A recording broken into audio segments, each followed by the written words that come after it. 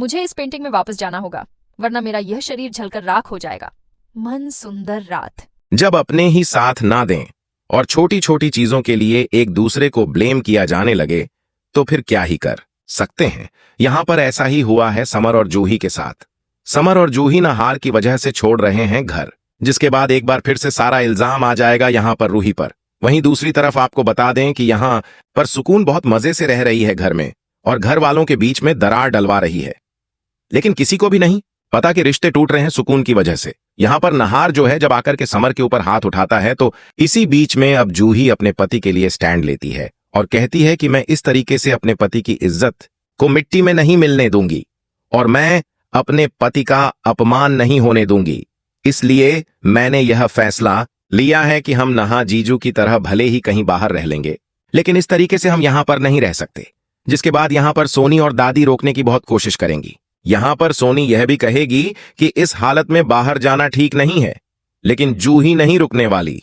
जिसके बाद यहां पर सोनी कहेगी कि यह सब रूही ने ही किया होगा। जाहिर के बर्ताव का असली सच जानने के बाद रूही के उड़े होश और उसके सामने आया सुकून का असली चेहरा।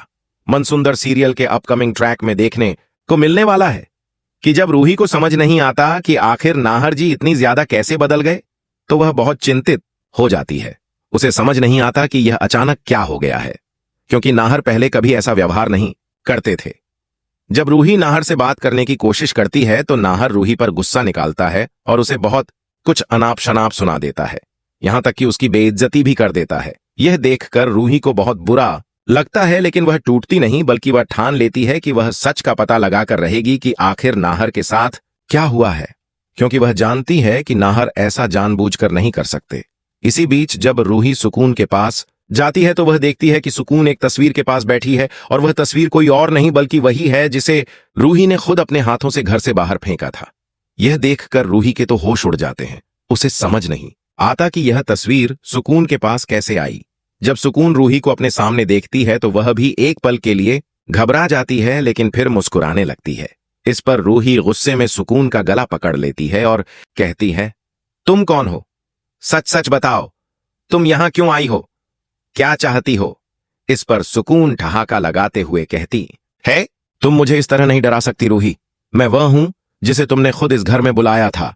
और यह कहकर सुकून अचानक गायब हो जाती है। यह देखकर रूही के पैरों तले जमीन खिसक जाती है और उसे अब पूरा यकीन हो जाता है कि सुकून कोई इंसान नहीं बल्कि एक खतरनाक आत्मा है। इसके बाद रूही फैसला करती है कि वह अपने परिवार को इस बुरी आत्मा से बचाकर रहेगी। वह बाबा जी को बुलाने का निश्चय करती है और उनके साथ मिलकर घर में एक बड़ा यज्ञ करवाने की तैयारी करती है ताकि सुकून को हमेशा के लिए इस घर से बाहर निकाला जा सके। लेकिन अब सबसे बड़ी मुश्किल यह है कि नाहर पूरी तरह सुकून के वश में आ चुका है। सुकून नाहर से वही करवाती है जो वह चाहती है और इसीलिए हर बार जब रूही कोई पूजा या उपाय करती है तो नाहर अनजाने में उसका काम बिगाड़ देता है। सुकून बार बार अपने जाल से बच निकलती रहती है और कोई भी रूही की बातों पर यकीन नहीं करता। सबको लगता है कि रूह ही वहम में है, लेकिन अब रूही यह लड़ाई अकेले लड़ने का फैसला कर चुकी है। वह जानती है कि यह जंग आसान नहीं होगी, लेकिन अपने परिवार और नाहर के लिए वह किसी भी हद तक जाने को तैयार है। अब देखना यह है कि क्या रूही उस चुड़ैल सुकून से अपने नाहर को बचा पाएगी और क्या वह इस आत्मा को हमेशा के लिए खत्म कर सकेगी।